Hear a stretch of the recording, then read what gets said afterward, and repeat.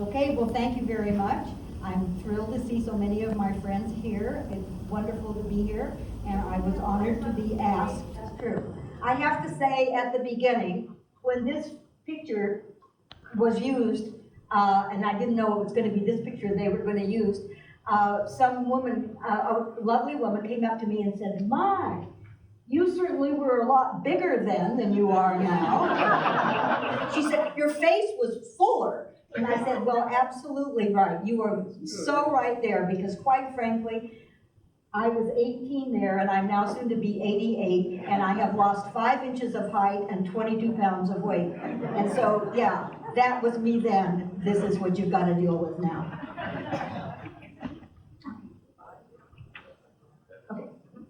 Okay. To me, summer in Seattle means Seafair. And it has for the last 75 years that Seafair has been around. Now, I was only 13 when the first Seafair happened, but I do remember it, although I never thought I would be having a part in it in any way, shape, or form.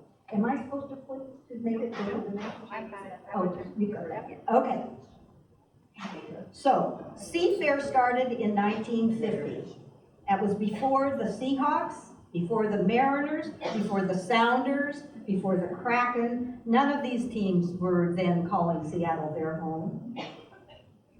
It was before the 1962 World's Fair that gave us the iconic Space Needle and the Science Center arches. It was before Microsoft. It was before Amazon. Heavens, Bill Gates wasn't even born, and neither was Jeff Bezos. Seattle was a much different place in the early 1950s than it is now. In fact, map that I find quite funny to look at is a map that is telling us why would Seattle think they needed an event like Seafair. It's because this is the map of the United States as seen from the point of view of a person who lived in New York City. And so New York City starts at 9th Avenue and goes all the way down to the Hudson River, and then you've got just a little fourth of the map left for all the rest of the United States. You have, from New York, they agreed that there was a city called Chicago and something called Washington, D.C., and in the far west, Los Angeles was there. But you look up in the Pacific Northwest area, and there is absolutely nothing. It is as if there are no cities, and Seattle never existed if you got into the Pacific Northwest. Well, that was the thinking that went behind the starting of Seafair. Because Seafair, it was felt that we needed to do something about getting people to know the fact that we thought of ourselves as the boating capital of the world, but we evidently were the only people who thought that us about it, because really nobody else thought about us at all. Okay. In the 1940s, Seattle was a small port town. Or city, had over just about 360,000 people living here. However, an influx of people moved to Seattle during World War II, of course, to support the Sandpoint Naval Air Base, the Bremerton Naval Air Base, and shipyards, the Boeing Airplane Company, which in that year only made warplanes, military planes. Boeing had only one model of a plane that they were testing out to be a commuter plane, because we didn't go by plane back in those days. If we wanted to get somebody someplace, we went by bus or train, or we drove our car. The SeaTac of today simply did not exist at all. My father was part of the influx of people that moved to the Pacific Northwest during World War II, because he joined the Navy and he was sent immediately to Sandpoint Naval Air Base. Now, I have to say, my mother, I had just been born, my mother did not want to move to Seattle, so she moved with me and lived with her family in Idaho Falls. After the war, there was talk of establishing some kind of celebration for Seattle in the summer, not only for the people of Seattle, but also to create a national awareness of where the heck Seattle was. So Seafair, when it was first started, was designed particularly to attract tourists to Seattle. and to make Seattle a showcase with our marine events, keeping Seattle boast of the boating capital of the world. Prominent businessmen in Seattle, most of whom belonged to the 101 Club and the Washington Athletic Club, where prominent businessmen in the 1940s went. They recruited a successful winter carnival director from St. Paul, Minnesota. I don't know if any of you have heard about the winter carnival in St. Paul. It was started in those early days by a man named Walter Van Camp. And so the Seattle business leaders that wanted to go after him, to bring him out to Seattle, to create a summer festival that would be equally as glorious as the winter festival had become in St. Paul. He took the job, surprisingly. He evidently knew how to get to Seattle. So he came here to produce a similar summertime event. He went to work in March 1950. He had been hired in March of 1950 in order to plan a summer event for the Seattle Centennial, which was going to be in 1951. But when Van Camp got here, he started right away, and he wasn't going to wait till 1951. He went to work in March of 1950. He planned a 10-day celebration, that was his vision, for August. A weather chart had shown that August, the last week in July and the first week in August would be the best time to have something in Seattle if you wanted people to not have to bring their umbrellas. So it was going to be in August, and planning progressed rapidly. He is the one that had the 5,500-seat Aqua Theater built. It would not have been built without Walter Van Camp. He had that built at the edge of, how many of you have seen saw the Aqua Theater when it was, yes. Do you know it's been torn down now, and in its place stands a crew house for rowing? But when it was the Aqua Theater, it sat 5,500 people, and the rows went up. Each row was slightly higher than the row in front. And then it had we have a picture of the Aqua Theater later so you can see it. Okay, so never mind, I got off script. Okay, sorry about that. So the first Seafair that he had was in 1950, even though he'd been hired to do it in 1951. So how did I get involved in Seafair? Because obviously in 1950 I was only 13 years old, and I really I didn't care all that much about Seafair. Excuse me. I was born in Ogden, Utah, and in the process of my birth, my mother almost died. So I had a reputation early on of almost killing my mother. I did not realize I was going to be, because of that, there would be no more little baby boy Dixie Joes or baby girl Dixie Joes. I was going to be it as far as children were concerned. But I did not realize at that early age that I was an only child. Because when I was just 3 years old, my father was called into the U.S. Navy, and he moved to Seattle. And my mother decided she did not want to live in Seattle. She did not want to have to carry an umbrella with her every time she walked out the door. That was her opinion of what Seattle was.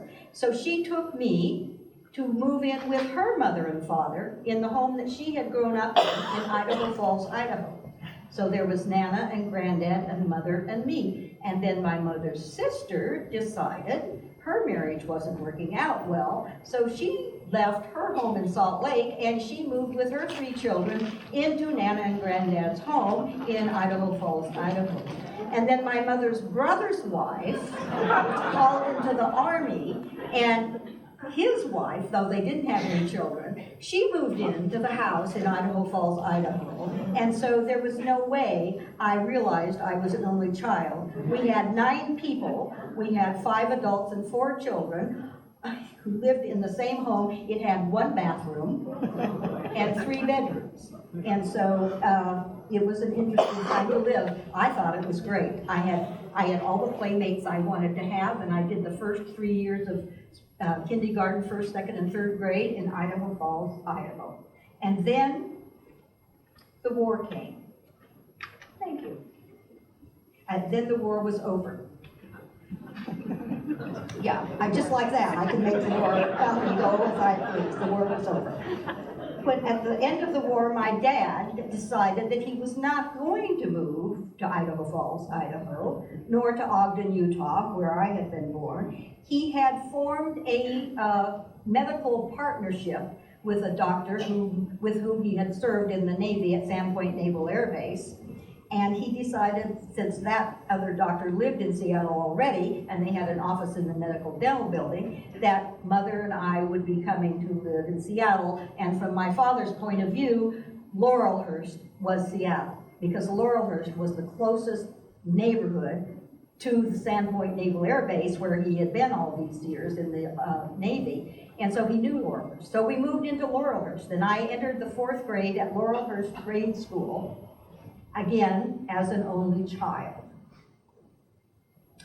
But even then, it wasn't for long, because all those cousins that I grew up with in Idaho Falls, Idaho, graduated from high school, and they came and enrolled in the University of Washington, and they moved back in our house in Seattle with us. So we were, and then when they moved, their mother decided she didn't want to live in Idaho Falls, Idaho, if they were going to be there, so she moved to Seattle too. And we had the whole family, except not my nana and granddad, who had passed away by then, the whole family was together again in the basement of our house at Seattle. And then they finally got their own house, but we all lived close together. So I had an unusual experience of being an only child who didn't realize it. By the time I graduated from Roosevelt High School, I too thought I wanted to leave home and go away to college. And at that point, however, I was told by my father that it would just kill my mother if I left home. And he really meant it, and he said it like he meant it. And I thought, oh crap. If I went away, I didn't want to kill my mother, obviously, but I really didn't believe it. And I had had my heart set on going to Smith College in the East Coast, Northeast College. I wanted an all-girls school. I wanted someplace where I could practice being a leader. And in high school, I had actually been elected president of my senior class at Roosevelt, and I had a 4-point grade average, and my teachers thought this was so swell. They wanted me to apply, and they encouraged me to apply to colleges other than the University of Washington, but of course I did not want to kill my mother, so I enrolled in the University of Washington. So UW, here I come. Once again, so not as to kill my mother, I joined a sorority called Kappa Kappa Gamma because my mother and all of her sisters and all of her sisters' female daughters had belonged to that particular sorority. And evidently, that particular sorority was also an important female family tradition that could not be broken. So there I was. And I tell you this simply because it meant I was someplace at a time where something happened that affected me in my Seafair days. So, my mother was alive and well, and she was happy, and I was happy, and I was fine living at home and going to classes at the UW. But in January of my freshman year, which would have been January of 1956, I was summoned to the sorority house for a meeting of all freshman pledges, and they were handing out a list of things to do for us. At that time, the University District had a tradition of an annual summer children's parade, and they featured a Miss University District as part of that, and Miss University District was part of the group that went on to be involved in Seafair at the end of summer. And so one of the things that they were handing out was, not an invitation, to me, I got the job of running for Miss University District, and somebody else got the job of being put up for the homecoming queen, and somebody else got the job of running for treasurer of the campus student body. This is how the sorority was handing out to the freshmen. And even though at the time I said, oh no, there is just absolutely no way I would do that, couldn't I do something? I would wash dishes, I would wash windows, I would do anything other than enter queen contest. Well, they said no. The decision had been made, And frankly, I didn't have to worry because there was not a chance in you know where that I would win, because all the other sororities and all the other living groups would also put up somebody to enter that contest. And it would take one night at the very most out of my precious life. That's what they said, your precious life. It will take one night only. You will go, you will be interviewed in the University District by the University District Chamber of Commerce people at the Mini Hotel, which was then the hotel of the University District. They will ask you questions. They did. They asked us questions. I went, all of the girls from all of the other living groups and sororities, we were all there together, dressed as I say, in our skirts and sweaters, and we were asked, you know, how did we like school, and what were we studying, and, you know, what did we think about this, and what did we think about that, and then it was over, and so I went back to the Kappa house and said, yeah, it wasn't a problem, it's over, I'm done. Well, a week later, actually, and surprisingly, to everybody's surprise, I had been chosen to be Miss University District for some reason, which nobody could figure out. And oh yes, I would be required to participate because of that in the Seattle Seafair contest later in the summer. But not to worry, because of course I wouldn't be chosen for that.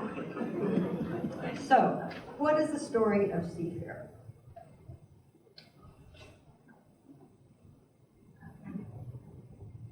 During the early years, I told you that Van Camp came and he created a story in which King Neptune in his royal court battled the pirates of the city for the control of the city and the control of the festival of Seafair.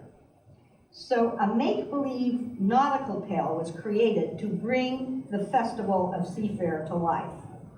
The personalities in this legend of Seafair came to be known as King Neptune, Emperor of the ocean and King of all the seas. King had to have a prime minister who had a lesser title. Then the king needed a queen of the seas, along with a royal court composed of 2 ladies-in-waiting, plus the queen, plus princesses, plus the captain of the guard, plus 12 king's guardsmen, plus 2 trumpeters, plus the royal pages, and a partridge in a pear tree. That kind of thing. A local business leader was chosen, usually, a man in his 50s, mid to late 50s, to be Seafair Queen. Because remember, Queen, to be Seafair King. Because Seafair was started by a group of businessmen, so they had to step up to the bat when called upon and take part. The role of Prime Minister to Seafair was originally a man in his probably 30s, a businessman, but in his late 30s, early 30s. And then a woman in her 18 to 24-year-old age group would be the young lady who would be tapped to be Seafair Queen. So this was the story that was created for the royal family of Seafair. The evening of August 11th, so the evening came of August 11th, starting at 8:45. The Aqua Follies, which is where, the Aqua Follies held with their cast of 125 swimmers. Now, you knew how many of you actually attended an Aqua Follies at the Aqua Theater? So, you know that the stage and on each end were the 3 layers of high diving, and in the middle between the shore and the stage was where the swimming group did their job. It was a fabulous place. And as I say, it ended up being a wonderful thing the first year of Seafair, because during Seafair, near every Aqua Follies show sold out, and by the time the 12th Aqua Follies performed on August 20th, more than 59,000 people had been recorded as attending Aqua Follies. So that was a great success as far as Seafair was concerned. On the first night of Seafair, this is how it went. King Rex I of Seafair was crowned. He was the founder of the realm of Neptune. You know the realm of Neptune because you live in the realm of Neptune. He was crowned, and for 10 days events continued nonstop all over the city, with other community events being incorporated into Seattle, downtown Seattle. There were more than 150,000 spectators that witnessed the first Seattle parade. It was an enormous parade for Seattle, the biggest non-military parade that had ever lined the streets of Seattle. Later on in August at the Civic Auditorium, there were 20 princesses then crowned as queen, to be queen of the seas, 20 princesses. To remind you, there were 40 princesses that we had to deal with. On the final day of the festival, an old ship, and this was part of the myth, an old ship was towed from Lake Union and anchored in Elliott Bay. And there was a big festival of the burning of the ship at the end of Seafair. It became a tradition, and it was, the myth was that the pirates were out to get the royalty, and the pirates were the ones who gathered together the ship that belonged to the royalty, and it had to be burned. And that was, do we have a slide of that? Oh, wait, okay.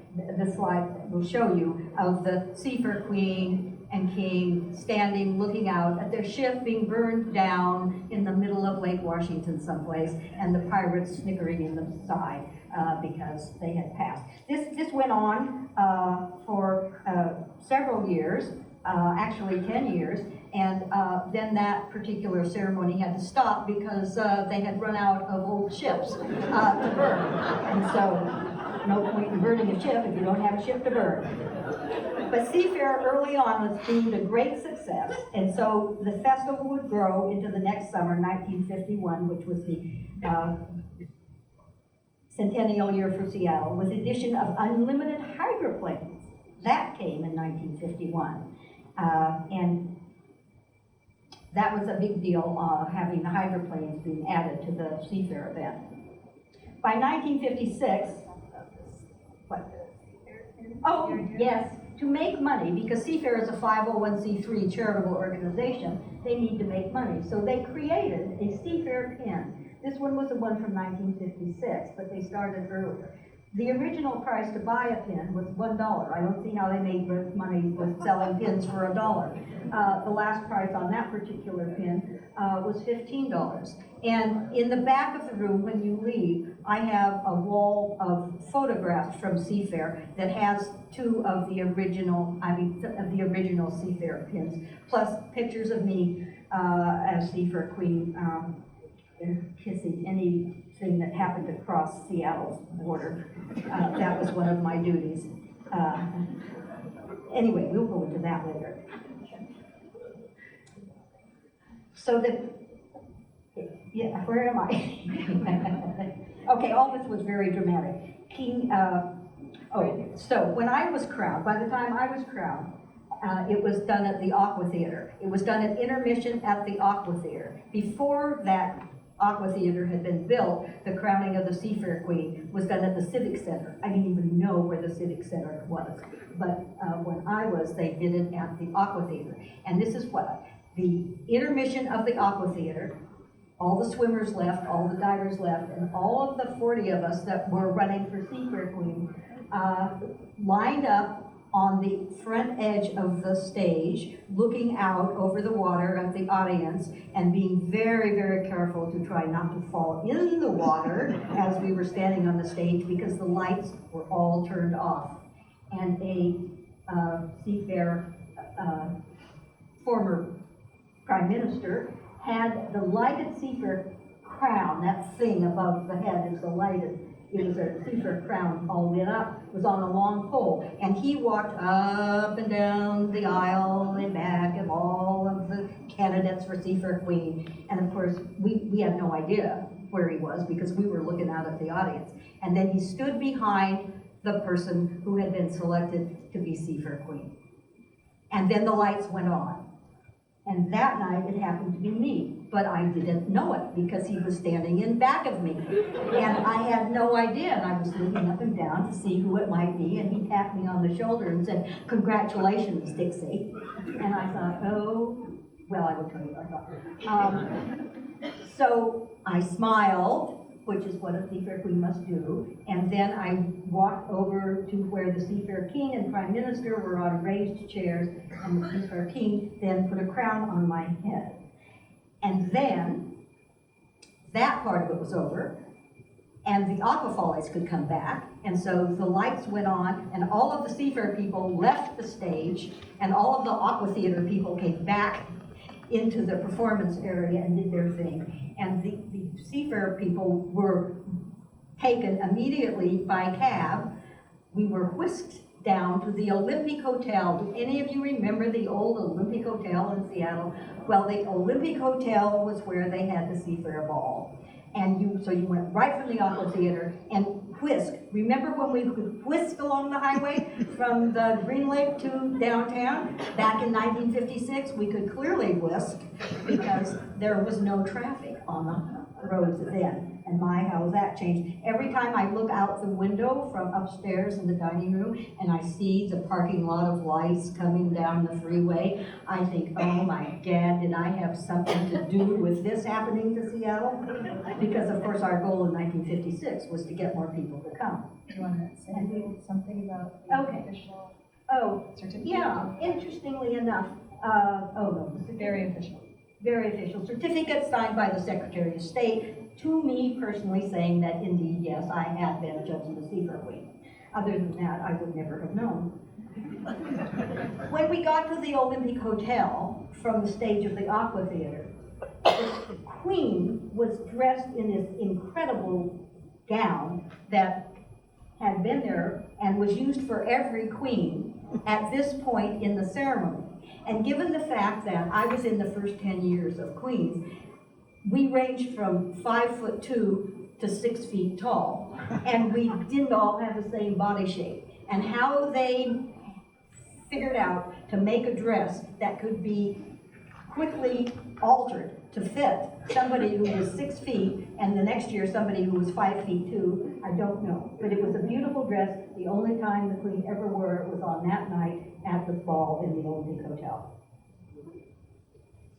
So, Seafair overall was deemed a great success. And I'm on the wrong page.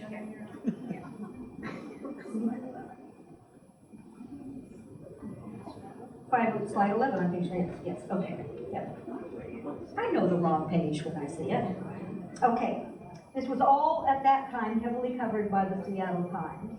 And this was, Seafair started out having an opening parade on the first day of official Seafair, after the Seafair people had all been determined.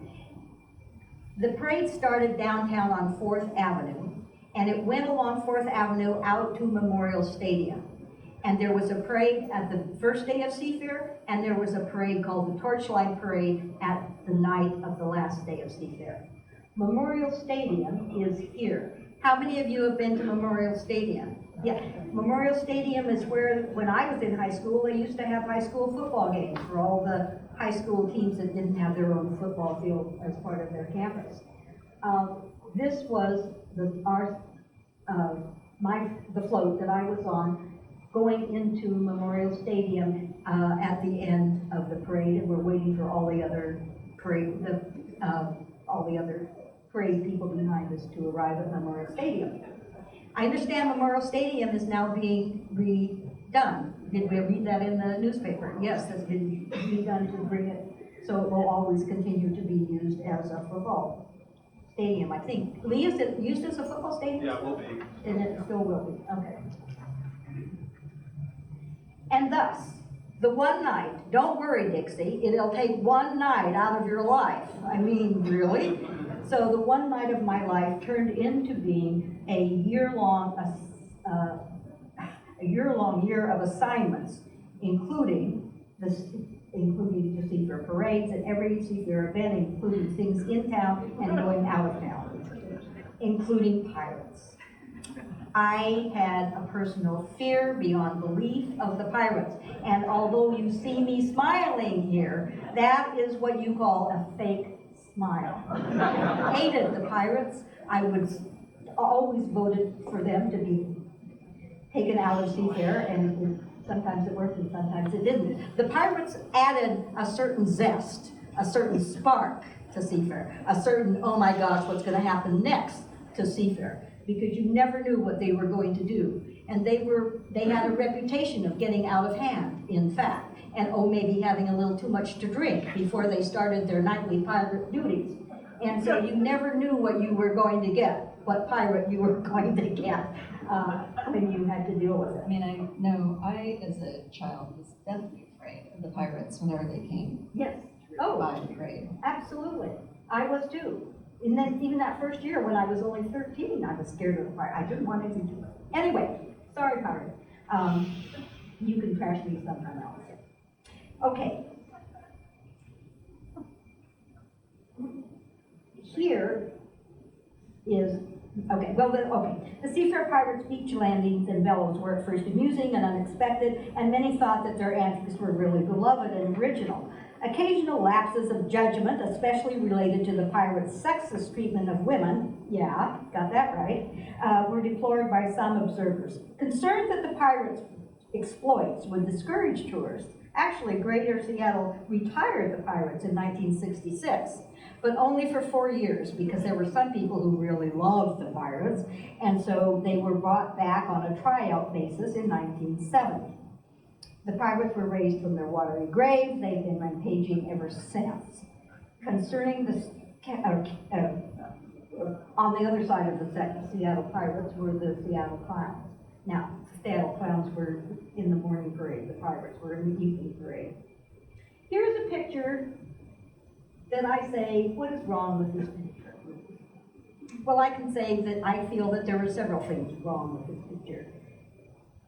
Mostly what was wrong with his picture was Bing Crosby and his pal Phil Harris, who came to Seattle on a regular basis. Now, yes, Bing Crosby had a fabulous voice, and he may have been a wonderful movie star, but I got tired of Bing Crosby and Phil Harris. It always demanded a photo opportunity, and the paper always sent me out to greet them, and they always pawed me like I was some kind of pet.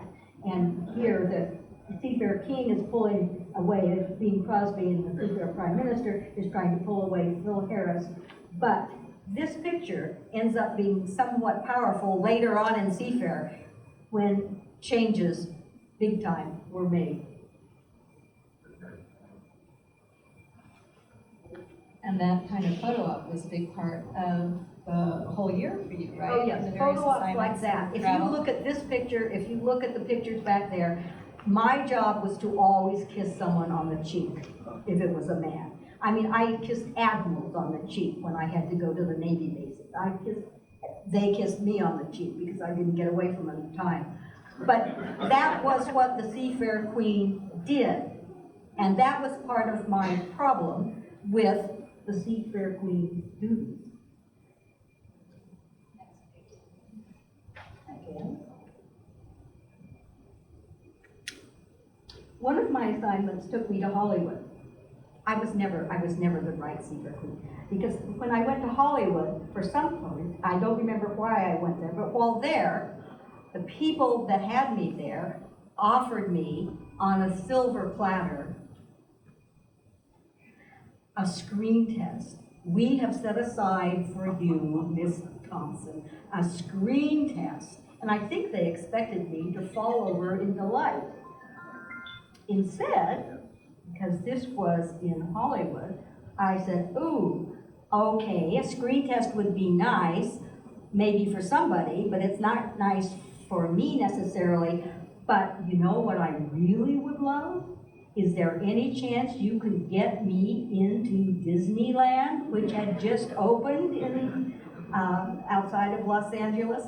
I said I would love to spend a day at Disneyland. They were surprised. That's not what they expected. They took their screen test back to the screen, and they gave me a day at Disneyland where I rode on every single ride they offered. I had a wonderful time, and I have to say I never once regretted making that decision. So, Seafair has not been without regrets of one sort or another. This is hard for you to see and figure out what the heck is going on here. But early in the race of the unlimited hydroplanes, this dates from 1954. If you look in the lower left of the photo on the short is the hydroplane. Yeah. That has gone somewhat off course. A hydroplane mid-race lost its steering capability, and the hydroplane decided to get out of the water and onto this person's lawn. This person was a doctor living on the water, and he had invited friends over, and they were all sitting around that table there to the right, to watch the hydroplane races, not knowing that they would actually be able to get so close to one of the hydroplanes itself. I think this is interesting because the hydroplane did take out an entire garden and part of a swimming pool, but it didn't end up in any lawsuits. And in this day and age, if that had happened, how many months do you think it would take to get through all the lawsuits and the people who would be sued over an event like that? It said that the person who was driving the plane driving the hydroplane, simply jumped out of his hydroplane, dusted himself off, and joined the party. That kind of thing could happen in those days. I don't think it would now. So here's a picture of the last day of Seafair of my year, my summer. That is me holding the hand of a king who actually wasn't my king, because the week of Seafair in my year, my king had a heart attack.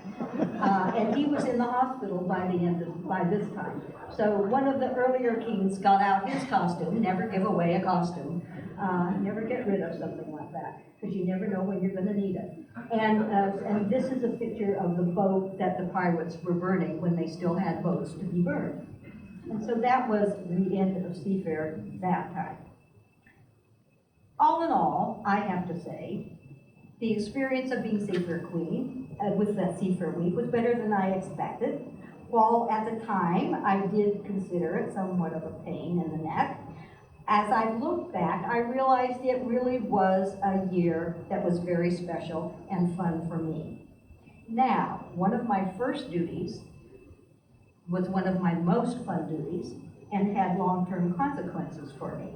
For my first assignment that year, I and my two ladies in waiting, we were taken to Boeing Field and we were flown to the Yakima Firing Center. Anybody here ever been to the Yakima Firing Center? The Yakima Firing Center was a place over, yes, by Yakima, where the military troops from Washington, Oregon, and Idaho during war years were flown to do maneuvers. And when I was there, the maneuvers it was for a Governor's Day celebration.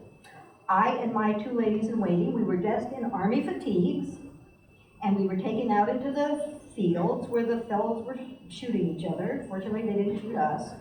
And they had set up a temporary mess for lunch, and so we were the servers serving the troops the lunch as they came through the line.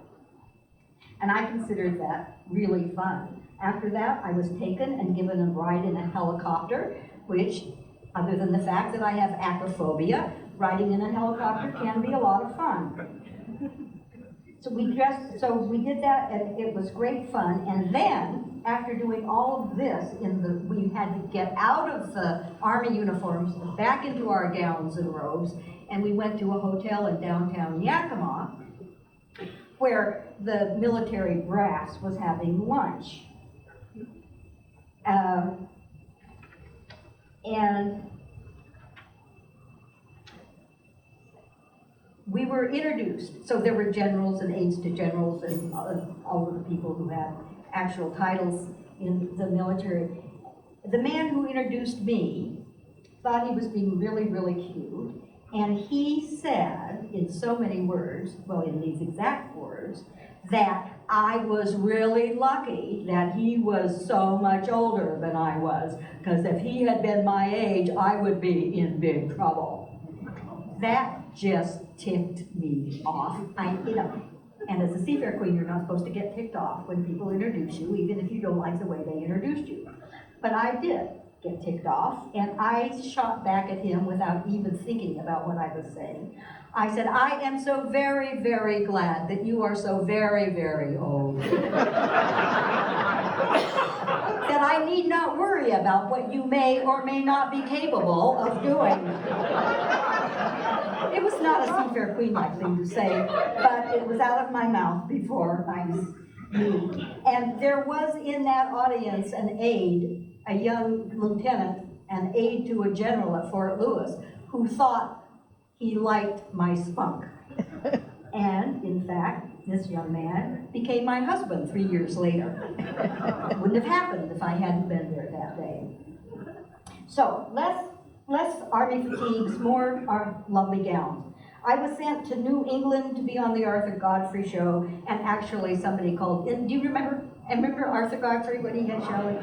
Well, he was great, and he had this radio or TV or show, and somebody called in wondering, in all seriousness, if somebody from Seattle, did we have cars out here? Or were we still going around in horse and buggy and carriage? It was interesting. It brings me back to the map we saw at first, where the people's idea of us in New York was that we were all Native American Indians roaming around on horses. Anyway, other than the Arthur Godfrey show, I was also sent, this is Chicago, to their spring Cherry Blossom Festival. A bunch of other queens from other places were there. Mayor Daley was the mayor of Chicago at that time. And I also attended in Chicago the National Restaurant Association convention, after which I received a letter thanking me for my participation in Chicago, and saying that they were offering to sponsor my participation in the Miss America contest if I had any interest. Can you imagine how I laughed at that one? I said, no, thank you so very much. It would be just such an honor, but not for me. That wasn't going to be an honor. It gave me a chuckle, because the thought that I would ever want to go through what I was going again, and even the Miss America race, where you have to be in a bathing suit and judged in a bathing suit, and then you have to be in a gown and you have to be judged in your gown, and then you have to have a talent that you can do, stand on your head or play the piano, and you're judged on that, and then you're interviewed and you have to say why your goal in life was to save the world and all the people in it. That was not something I wanted to go through. So I didn't, and I have actually never regretted that decision either. So this is showing me cutting the ribbon that opened University Village in 1956. I think it was, no, 1957.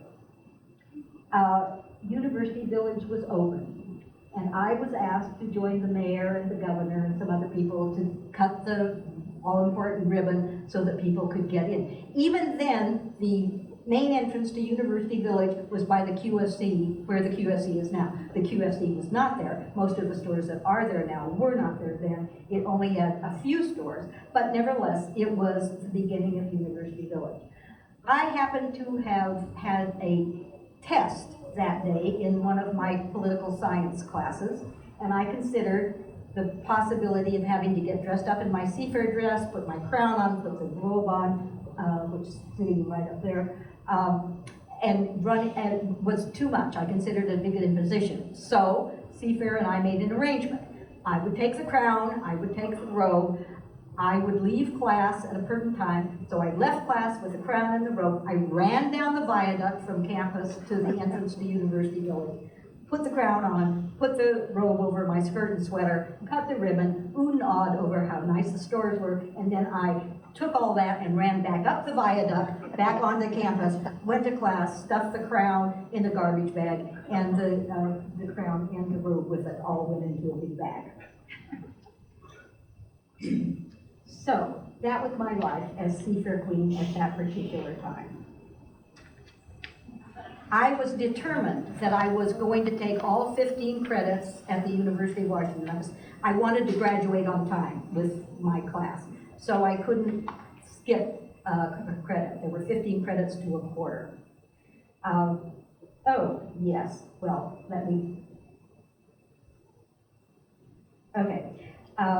okay, well, this slide, I'll go to this one.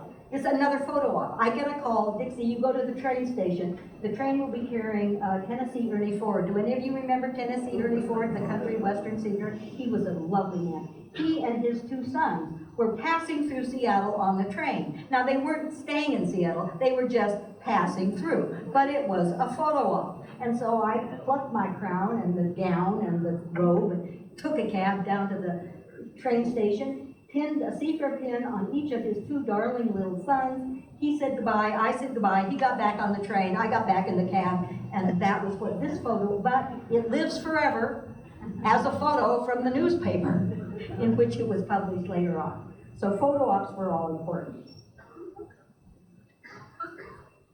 So I had all these duties, and actually it worked out okay, because at the end of my 4 years of college, I did graduate on time, and I did receive my Phi Beta Kappa T, and my mother was still alive. I had not killed my mother, but I still didn't get to go to SNCC. So the next photo was before I graduated. Oh yes, I really did but the one time my parents really were angry with me, is that this is the young lieutenant who thought I had spunk at the Yakima Firing Center. And he and I got married in my senior year of college. It was April of my senior year of college. He had retired from the military and gotten his MBA at the University of Washington, and so we were there together. But he and I got married, and my parents were not happy about that, mainly because my father, and he made this rule, he said, you can only get married if, when you walk across the stage and get your diploma and your Phi Beta Kappa key, you are not going to be Dixie Jo Porter, you are going to be Dixie Jo Thompson, because I paid for your education, and I want to get credit for all of it. And so I did that. I graduated as Dixie Jo Thompson, even though I was Dixie Jo Porter at that time. Fathers. Okay. Well, after we got married, 9 months later to the day, I had a daughter. Her name is Kim, and she is sitting right here. And believe me, people were counting in those days. 18 months later, I had a son. He is not here today. Oh, Doug, you are here. I did not see you. Doug is sitting back there. I am so sorry. I did not see you. Doug is here. And at that time, my husband Tom decided he wanted to go back to Columbia to get his PhD. So we piled the kids in the car and we went back to New York. And the first summer that we were there, I got an offer that I really didn't want to turn down. My offer was to come back to Seattle at Seafair time to take part with, to take part in a fashion show that was going to be held at the fashion show that was going to be held at the Aqua Theater. And they had asked 5 people to come. 2 of us were former Seafair queens, the other 3 were women. And each of us was to model a gown.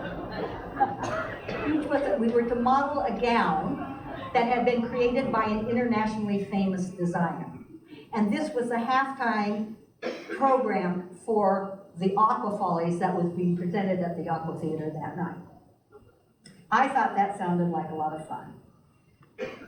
If we go back, that's Bob Hope. And even though he is clutching me around the waist, he was really a lovely man and delightful to work with. He could not have been nicer. And I was modeling a gown by a famous international designer named Louis Vuitton, who had designed this particular dress that I was wearing. He had designed it for his wife to go to one of the many events that they had to go to. And I put on that gown and I thought, Gad, what kind of a life would you lead if you had to wear a beautiful gown like that just to go to an event? It was fabulous, and it was a fun evening. And as I say, even though Bob Hope is a little bit close, he was really a wonderful man to work with, and I was so glad that I had done that, even though it meant that to get there, I took my 2 children, Kim, who was just 1.5, or you were 2, and Doug, who was not quite 1 yet, and we were put on a train, a choo-choo train, in the East Coast, and we came all across Canada, sitting up for 2 nights and 3 nights and 2 days, whatever it was, it seemed forever, to get to Vancouver, Washington, where my mother picked us up, drove us down to Seattle. Also, all so I could do that. My mother was an angel, she truly was. Okay. Also like to point out that even though You had moved away, she was still alive. Yes, yes, that's a good point. I hadn't thought of that. That was the one time I did move away and it did not kill my mother. Interesting. Well, thank you. Thank you for bringing that up. So, now we are in about, so take us up to 1970, right? 1970, yeah, 1970. The mayor was Wes Ullman, and he called for sweeping changes to Seafair, noting that the Seafair the prior year had cost the city of Seattle over $100,000. And it had actually attracted not many visitors, but a few visitors only. And he thought it was not worth it. So as part of the changing times and to make Seafair royalty reflect current society, especially with the women's rights movement, increasing representation in the to make it more current.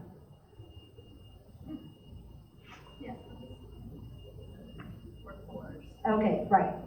He made some changes in Seafair. One is that companies started coming forth to underwrite the events of Seafair, so the taxpayers of Seattle wouldn't have to pay $100 million or whatever it would to carry it on. And in 1972, the title of Seafair Queen, now tell me if you think this is really that important, the title of Seafair Queen was changed to Miss Seafair. Somehow does that seem to make it better? Well, it did to some people. While women in their early 20s were in their 20s, we would no longer be having to kiss older men on the cheek. I got that. I agreed with that. Along with made some changes to the pageant that evolved, and then later on changing the Miss Seafair to the Miss Seafair Scholarship Program to make it even sound more erudite. These are the changes that happened over the time. While I was Seafair Queen, I received no money from Seafair.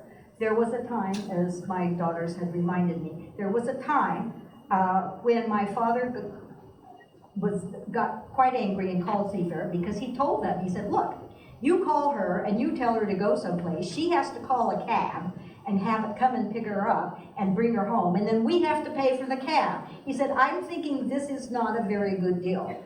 And so, whereas I didn't get any salary or any financial remuneration, I did from that day on get my cab fares paid for. And I had a particular cab driver who was the one I always called, and he would always come and take me, and the Seafair picked up the bill. In later years, however, the Seafair Queen Miss Seafair, not when the Seafair Queen was, but Miss Seafair, when they changed the title, she did get paid $1,000, $2,000, $3,000, $4,000 a year for expenses, and some of her clothes were paid for. And then they changed the Miss Seafair to a Miss Seafair Scholarship Program, and that Seafair Queen, if they were attending college, they got their college bills paid for, their education bills paid for. So that was a good thing as far as the Seafair. I didn't benefit from any of that, but they did, and I was glad of it. So as mentioned before, the Seafair pilots were banished for a few years between 1966 and 1970. And then when they came back in 1970, they were placed under much more strict rules, and they were watched much more carefully. And then a big change came in the year 2000. Okay, well, we've done this, haven't we? Oh, I haven't. No, 2000, but up here. Then. Yeah, but you're still here. I know, okay. Well, the big change that came in 2000 is that they added yet another kind of Seafair Queen. And this Seafair Queen was a mature woman who was added as Queen Alcyone. And if you look up in your dictionary, it will hopefully tell you that Alcyone means calming of the waters.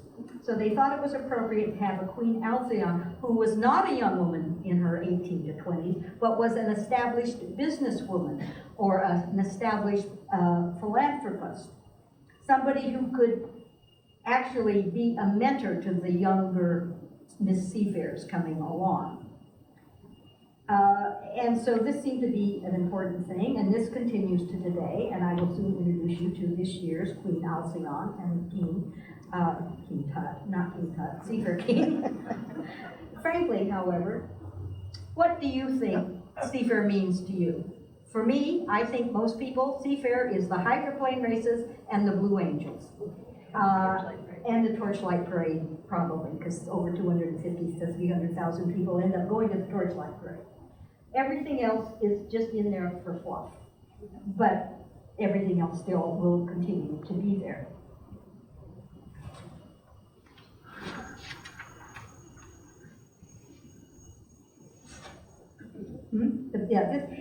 The Blue Angels officially became part of Seafair in 1972. But before 1972, the Blue Angels had participated in Seafair on an on-again, off-again basis. And people seem to love the Blue Angels as they've roared across the sky, making us afraid, having the china in our cabinets rattle, and hoping that they didn't crash into our house. I know our house where we lived at that time was right in the path of the Blue Angels, one of their maneuvers, and that thing came down so close to the roof of our house, I was sure that all of the board pieces of our house were going to end up on the lawn. Anyway, I think at Lake Washington, the hydroplane racing is one of Seafair's finest traditions. It's a big show. It draws thousands of people to Lake Washington shoreline, and as well as people that park along the log loop. The Torchlight Parade also draws an estimated crowd of up to 300,000 people. This year is going to be an all-new Seafair, and so my final words to you is welcome to the all-new Seafair. The Torchlight, well, during, of course, COVID, we didn't have Seafair at all for 2021 and 22. There was no Seafair.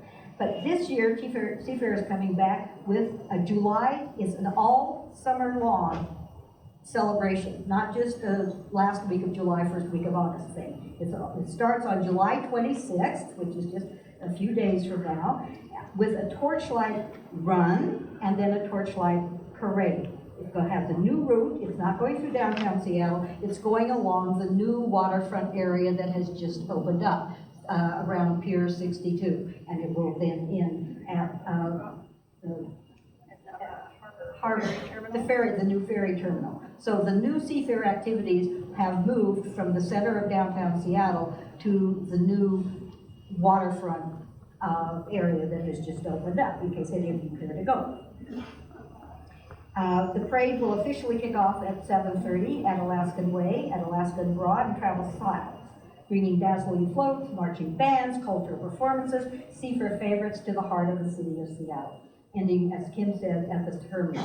Seafair has struggled over the years. That is no secret. As the city has matured, if you look at our city now, there is no longer any reason to have Seafair as it first was. We don't need any more people to be aware of Seattle. We don't need any more people on our highways. We simply do not need what was needed in 1950. And so it's not and plus the fact that women's lib changed Seafair a lot, especially in the duties of the Seafair Queen or Miss Seafair, and how it's all carried out now. I think I would be really surprised if there was any more of this cheek kissing on the cheek stuff that goes on.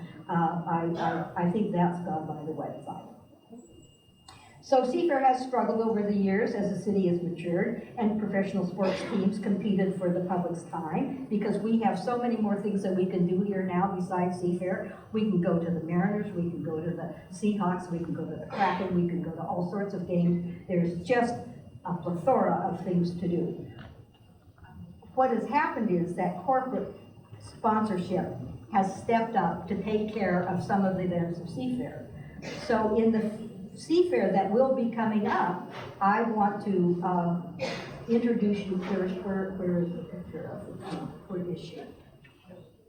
The Queen. Oh, the Queen. Oh, there she is. She's not sitting on my lap. She's there. That is the new Queen Alcyon. That is the new King Neptune. He is a former Homo TV broadcaster, news broadcaster. Maybe you remember seeing him on TV. And she is a former Seattle police chief in and so the pirates better not fool around with her. That's for sure. She brings dignity. There was up until this year, also a Miss Seafair that went along with it, because I talked to a couple of Queen Alcyons, and they said when they were queen before this year, there was also a Miss Seafair, and they went to different places. They didn't go to the same events, they went to different places. This year, however, it's going to be a multi-week festival, not just a one-week Seafair festival. It's going to be a multi-week, it's going to last much of the summer. And we have the Queen and the King, and then the brand new program, which is, they call it an evolution of the Miss Seafair. It is instead of a Miss Seafair, now that they have a Queen Alcyon. They are doing away with Miss Seafair, and they are launching what they call a community hero program. And they call it the evolution of Miss Seafair role, celebrating the emerging young leaders. So, we were all asked to send in, but it's too late now because that ended on April 1st. We were supposed, but who knew? I didn't know about it. We were supposed to write in who we recommended for the community hero program. So a young person of any sex, all sexes, whatever, could be nominated. It had to be somebody that was inspiring to their community, somebody who was doing something worthwhile, somebody who had meaningfulness in their life. And it will be interesting to see, I will be really interested to see how this works out, because I got the impression that not many people had been actually nominated for this role, because it was the general public that, we all were supposed to nominate somebody, except we all didn't know that we were supposed to do that, so most of us didn't do that. What would I do without my daughters? Okay. So, besides this, then the last and final thing I have to say is that Seafair its events have been taken over by corporations who are underwriting the cost. So, on this slide, we have Hello Bank America, who are doing the Seafair Kickoff celebration on Pier 62, just on the 26th, just next week. Thank you for that, Bank America. Hello Amazon, doing the 4th of July fireworks show. Hello Kaiser Permanente, underwriting the Seattle Torchlight Parade. And bless you, Alaska Airlines, for you are, Kaiser Permanente is doing the Seattle Torchlight Run, and bless you, Alaska Airlines, you are doing the Seattle Torchlight Parade. And so the citizens of Seattle hopefully will not be out. You will not miss the $100 million out of your pocket that you were going to have to pay for Seafair, because it's all being paid for you by companies. And so we will give them our great thanks. So thank you for coming. I have put on the back of the wall, if you're interested in any of the photographs that Judy was talking about that were taken during Seafair, that you can take a look at those, or the Seafair pins. And I don't know, are there any questions, or we don't have time for questions because it's time for dinner? I think we'll give some applause to Dixie, and then she'll be available